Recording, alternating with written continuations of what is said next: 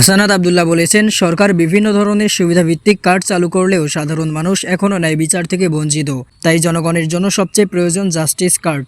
বুধবার রাতে নাঙ্গলকোর্টে আয়োজিত পদযাত্রা ও পথসভায় প্রধান অতিথির বক্তব্যে তিনি এসব কথা বলেন। জাতীয় নাগরিক পার্টির দক্ষিণাঞ্চলের মুখ্য সংগঠক ও কুমিল্লা ৪ আসনের সংসদ সদস্য হিসেবে বক্তব্য দিতে গিয়ে তিনি বলেন, দেশে এখনও বিচারহীনতা, দুর্নীতি ও দমনপীড়নের সংস্কৃতি বহাল রয়েছে।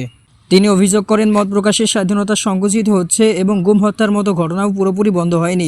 অনেক ভুক্তভোগী বিচার না পাওয়ার আশঙ্কায় আইনি সহায়তা নিতেও ভয় পান। হাসানাত আরও বলেন, হাসপাতালগুলোতে আইসিইউ সংকট, ঘুষ ছাড়া চাকরি না পাওয়া এবং থানাগুলোতে দালাল চক্রের দৌরাত্ম্য সাধারণ মানুষের দুর্ভাগ্য বাড়িয়ে তুলেছে, ফলে নাগরিকরা ন্যায্য সেবা থেকে বঞ্চিত হচ্ছেন। তিনি দাবি করেন, সমাজে ন্যায় বিচার নিশ্চিত না হওয়া পর্যন্ত সরকারের উন্নয়নমূলক কর্মকাণ্ডও প্রশ্নের মুখে থাকবে। একসময় জনগণ ব্যালট কিংবা গণ আন্দোলনের মাধ্যমে এর জবাব দেবে বলেও মন্তব্য করেন তিনি।